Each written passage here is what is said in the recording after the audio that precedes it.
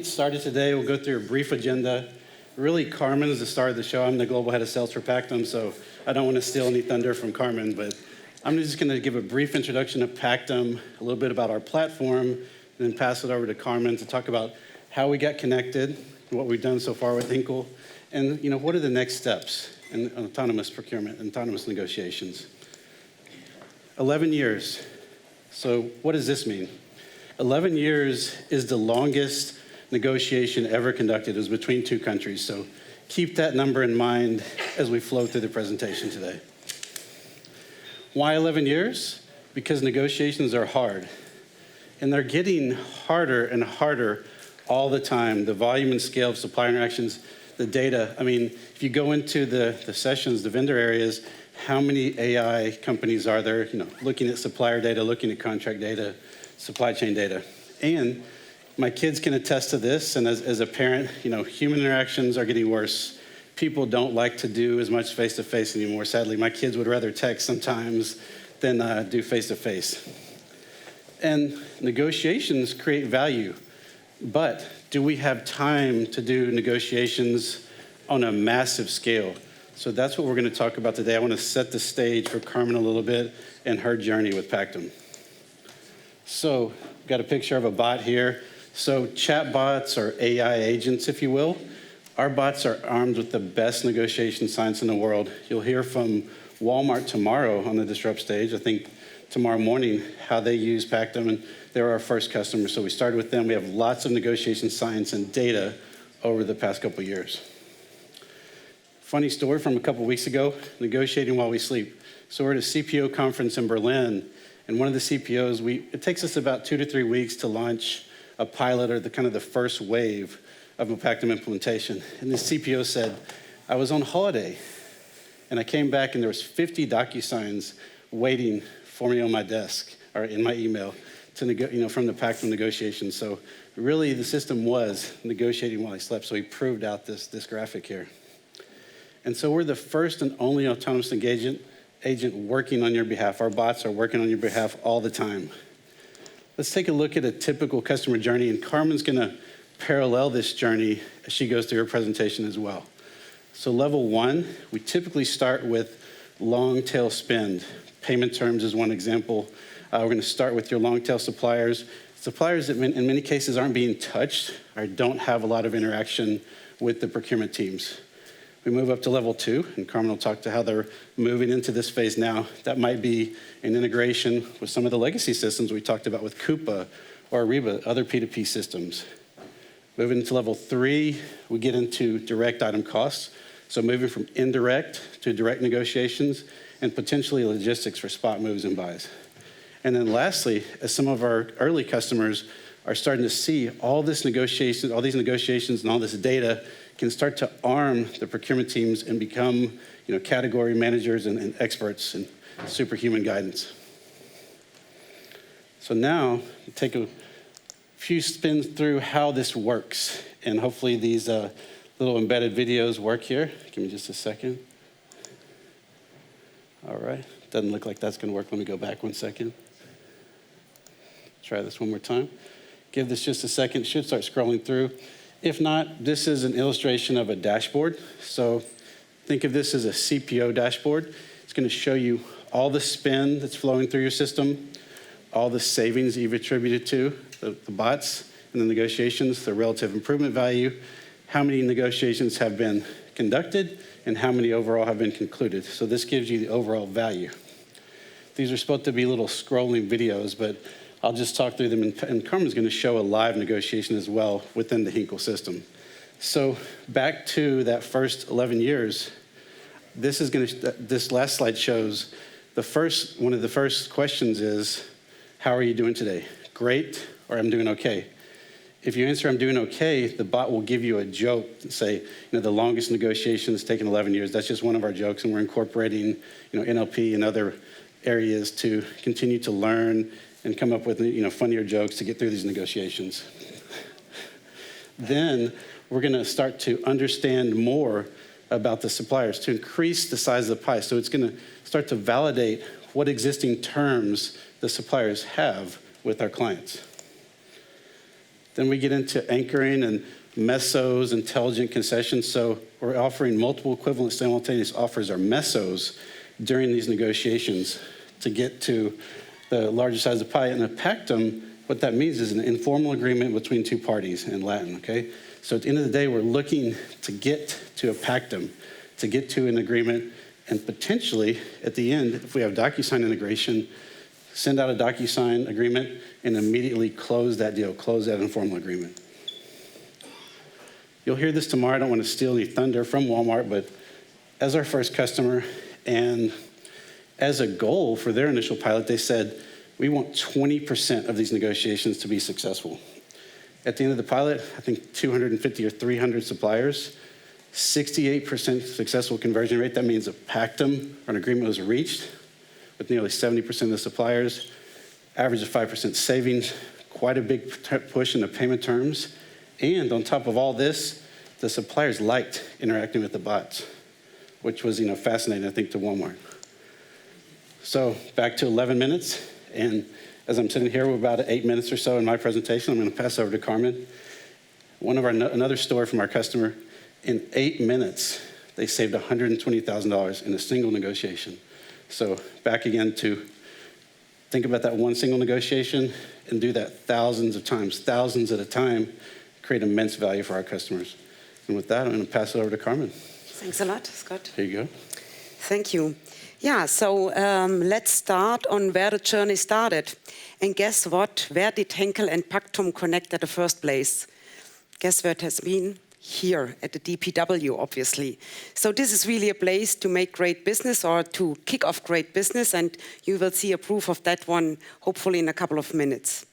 So when we got connected at the DPW, we basically had then afterwards a catch up, and Pactum was showing us again their full portfolio. And what did we spot as an opportunity for Henkel? We saw two opportunities, and that brought us immediately up to that level 2. Remember what Scott was presenting a couple of minutes before, where basically you start on level 1 with simple tail-end negotiations, and level 2 was basically payment terms and also commercial agreements. And this is actually what we saw. So first of all, spotting it on agreements and contract negotiations for smaller agreements. And funnily enough, this makes only 2% of our spend, but it covers 50% of our overall negotiations. So you can see the opportunity there. This can free up amazing time for our purchasers. And it's absolutely not sexy to negotiate Mickey Mouse deals. I mean, that's not sexy for young talents, right? They want to go on the big deals. So this one is better to be made by Pactum. The second opportunity was, which we saw, was purchasing order and spot negotiations. So basically what we see in our Ariba, by simple, how we call it, guided buying platform, is offers coming in completely unnegotiated, very often, for example, for marketing. And nobody is touching them. So we thought it's better that Pactum touches them instead of nobody. So also there, we think it's not only freeing up the time of the purchaser, but it also increases the compliance. Because when at least a chatbot is touching it, we can for sure increase the compliance and safeguard payment terms, Incoterms, whatever is important to us. So we increase number of negotiations and savings, as you can see later on as well, and free up the time of the purchase, as I said. Also there, just on the purchase order and spot negotiations, basically that represents 82% of our indirect material order spend, but only makes 7% of the spend. So we started the journey with indirect material spend, so that is for us at Henkel, that is, for example, human resources, marketing spend, smaller IT orders, this kind of sort, or also MROs. So how did we transform, or how did we digitally transform together with Pactum? We basically tried it out in a proof of concept. That was only 1 month. It was super easy to set it up, really not a big deal once we had a deal. And this was the result out of that one. So you can see that within that 1 month time, we basically reached 31 agreements out of 37 negotiations addressed. So 83% were successfully negotiated. Remember, we wouldn't have addressed them at all if we wouldn't have Pactum. The value generation, it looks quite simple or slow or low when you look at the 32,000 euro. That's not a lot, but that's easy to be scaled up. And that's also what we saw right from the first moment. The POC result, you see the 4 stars. And you might wonder, why is there not 5 stars? Because Carmen was talking now very exciting about Pactum. The 5th star is coming from the following argument. My colleagues were also challenging me, saying, Carmen, Pactum might work the first time, but the second time, the supplier noticed, hey, there's a chatbot talking to me, I just ignore them. And right, that's the fact, but you know what? I was a category team lead 10 years ago, when we invented e-sourcing or implemented e-sourcing. And it was exactly the same argumentation.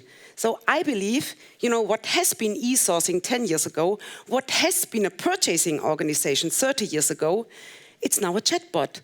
That's the new normal, so get used to it. And I do believe that in 5 years' time, maybe the supplier also has a chatbot, and maybe the 2 of them then talk to each other. I mean, I could see that happening. So that is basically to accept that comment, why we didn't give the 5th star. And I brought with me an example, very simple. It's only a screenshot. We go later in a live demo. But what it shows there is basically, that was a marketing offer, based on daily rates. They were coming in with 10,000 euro. Long story short, Pactum saved us 1,000 euro. 10,000 would be even better than we, Ooh, that would be great. What I wanted to show, and that one I like most about the solution, is basically how we integrated it in our Ariba solution. So that is a screenshot from our platform. And what you can see here, imagine you're a marketing guy. You don't have a clue about purchasing. And you simply get one field more in your platform saying, do we want that we negotiate for you? And you say yes. If you say no, you need to explain why. So that's the kind of first barrier, so that they don't click all the time on no. We also say that for some cases, we do not even ask them. For some cases, it's just mandatory that we really negotiate with the chatbot. That's all kind of integrated in our platform, so whenever you upload your quote, you automatically will be asked that question. That's how we integrated it. So key points and how to sum it up. We definitely see the potential across material groups. We started it for us on IMS tail end, so indirect material and services. Tail end first of all, but scaling it now already up to mid-size B suppliers. Yes, suppliers need to adjust to the new approach, but that's what digital transformation is about, not only on our side, but also on supplier side. System integration is mandatory. In that case, I think it makes sense to do a technical interface, how we did it. It was actually really quickly done. I think it was less than 2 months when we had the integration with Ariba taking place. The relationship with the supplier could be damaged, yes, but sometimes it's anyhow a one-time, all right? So, I mean, we don't do that with our A suppliers, obviously. We do it with C and B suppliers. And it's really a great fit for low and low complexity negotiations. So that was it, I believe, on showing a little bit PowerPoints. Let's now go to the real system. Hopefully we'll cut over. Okay. So that's a real example. Basically, what we see here is that we started a negotiation where we had already an existing contract. As said before, it's also a super case when you renegotiate contracts. So in that case, we had already a deal with the supplier, 60 days payment terms, 20% discount, and the kind of 2 years contract duration was coming to an end.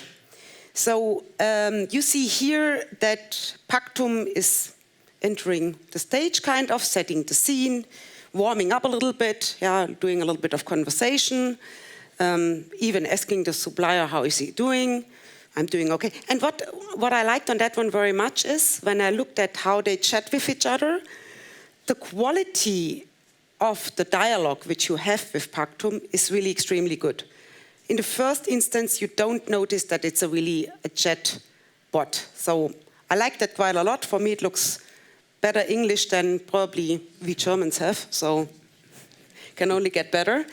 And as you see, we kind of keeping the dialogue with the suppliers, explaining the situation and the setup. I'm not sure if I guide it or if somebody else. They do it, right? Yeah, he's doing it. So what you can see here is that in between there was also summarized on where we stand with the negotiations. The very end, I'm not sure if you're there. No, we're not yet there. If you count it together on what we did here, it was overall 3 rounds of negotiations. In real time, looking at the spend, which we don't disclose here, we would never have done that.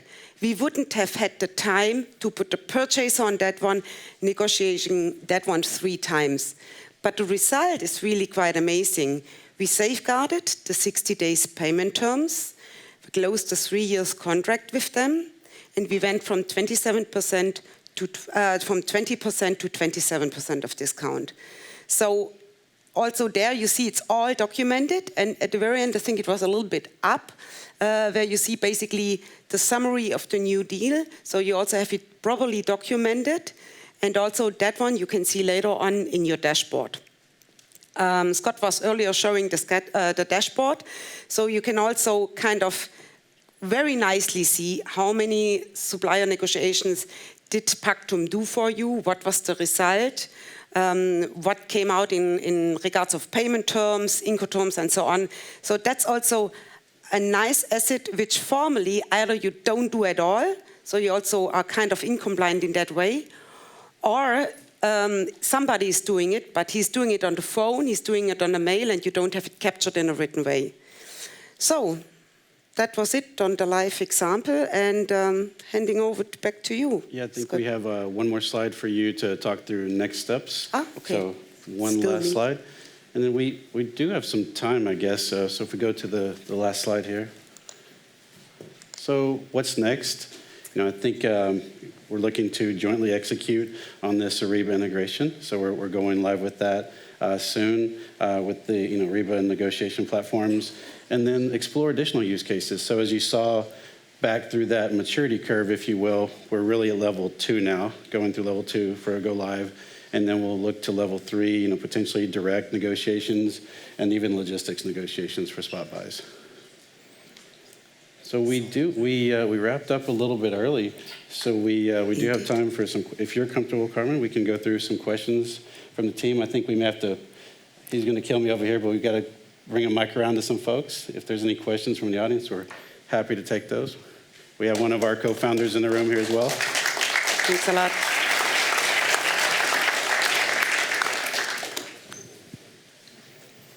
Any questions from the audience? All right. Hello. So when you first set the system up, was it negotiating with existing suppliers in your ERP, or was it also looking at new suppliers outside of your ERP? It was actually both. So, and I think, because I said earlier, for the one-timer, that's extremely interesting, because you don't want to bother with them too long, and you know exactly it's a one-timer. So in that case, they were not onboarded. On that, we did have before, for these one-timers, a consolidator in place, who, when we closed the contract with the consolidators, I think 120 years ago, he promised us that he would negotiate all that. But that never happened, because it was just too many things flowing into the consolidator. So we basically combined the implementation of Pactum with canceling the contract with the consolidator. So nowadays, basically the quote gets uploaded to our system, and then Pactum jumps in, and we basically had additional savings because we canceled the contract with our consolidator for tail and spend. Did you also get information about rationalizing your tail spend? So did you find non-conformant spend that you said, okay, we can negotiate this, but actually this belongs to another contract or should be gotten from another supplier? That's a super question, exactly, because before that we had it with the consolidator and we had zero transparency in the spend itself. Now with Pactum, we get a grip on the data. So actually now talking about a global rollout, rolling it out also to all our countries, It's basically that we, in the first place now, for the first time, really get a grip on those data and can really see, hey, why did he come with a one-timer, although we have a contract in place? So that's exactly now the next phase or next stage we want to go. Lots of questions. Do you use any benchmarks for negotiation, like historical data or anything else to actually smartly negotiate? Yes, so maybe I'll take this one. So we do, back to that, one of the first slides, negotiation science. So we are continually learning from each negotiation. So the tens of thousands, approaching hundreds of thousands of negotiations to date.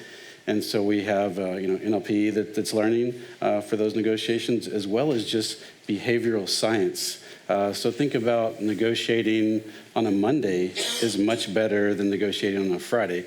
We didn't realize this. I mean, it's pretty common sense, but until we started launching all these negotiations, we didn't realize that.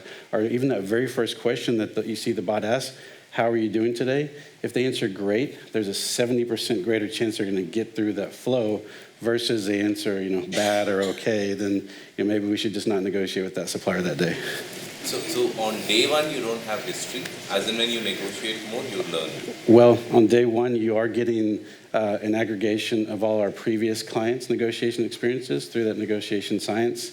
And we have up to 16 use cases now, pre-configured use cases, from what we'll call working capital or payment terms to commercial terms to logistics, just as some examples. So we're continually learning how to negotiate different things. Okay. Is there a mic still passing around? Yeah, I have a question. So how does the bot know when to end the negotiation? Do you give it the parameters? Yes, very important. As we're talking about, generative AI and things like that, we want to make sure that our bots have very specific parameters. So in the example that Carmen was going through, that was a payment terms push and maybe a discount for indirect goods and services. So the bot cannot agree to, let's say, 15-day payment terms. We're looking to go to 90 or 120-day payment terms. So that's its sole focus, and it has various levers, carrots and sticks, if you will, that it can use. If they can't come to an agreement, they start to loop with that supplier. We have a team of negotiation success managers that will immediately, they can click on a help link at any time. They'll get connected with a live person. They can answer any questions. They can even help close the negotiation for that particular supplier. With your big experience that you have now, do you have some claim from suppliers that they have negotiate with the chatbot? Does somebody come back with this point? From a supplier that they've negotiated with the chatbot? We've had some funny examples. I don't know if we've got one of our CPOs in the room here, but this guy said, I'm only doing it because of you, Mr. CPO, Mr. CPO. So we do find it very important to send out a veto letter or a letter from procurement leadership in many cases to get traction rather than just, sending this army of bots out to the suppliers. So we've had some funny experiences like, I can't believe you sent this chatbot after me. I'll do it because, you sent the letter, but. Hi, just a quick question. Who will have access to this app? Every requester within the organization, if we are talking about Tailspin, or are you going to restrict this to only procurement community? It's, if I talk about Henkel, how we integrated it, basically the end user himself does not access the Pactum platform directly. They get kind of routed to it through our guided buying platform. So the only interaction they have with Pactum, if they decide, do you want Pactum, and we do not even say Pactum, we simply ask, do you want that to be negotiated, as you could see earlier. That's the only connection. Other than that, it's only the procurement organization having access to Pactum. Okay, clear. Because we also need to set up the parameters, right? Correct, yeah. Especially the payment terms, but this is another question. I will pass the mic.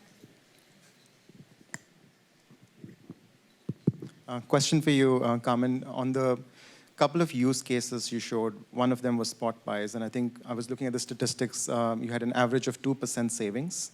How did you determine that that's an appropriate baseline to go after, or whether you underachieved or you could have unlocked more savings? Yeah, I mean, a good purchaser always says 10% is always in, right? So 2% is not so cool. But the other thing is, we wouldn't have negotiated it at all. So the 2% is the thing I get on top. And that was really, I mean, that was, as you could see also from the savings, it was the lowest of the lowest tail end spend. We do have the ambition to target 5 to 10% for clear, also for sure. Especially now if we also go with bigger suppliers and go into the B supplier segment. Thank you.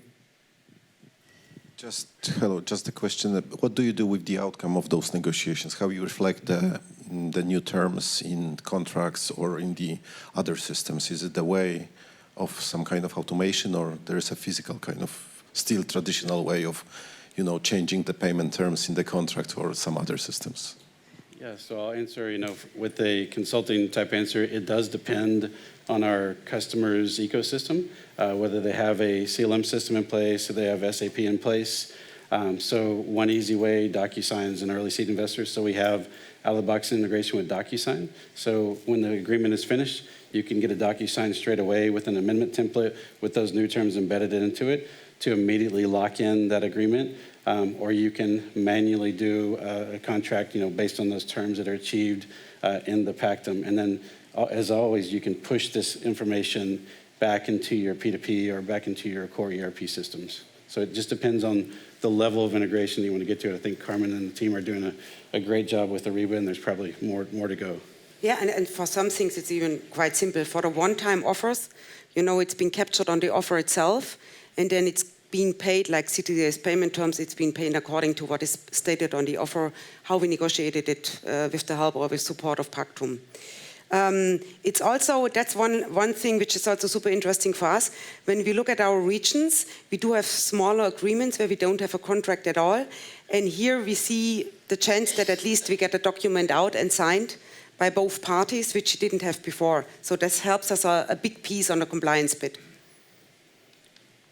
I think we should probably wrap up. Let's give Carmen another big round of applause. Thank you. Thank you, Same Carmen. to you. Thanks. Thank you.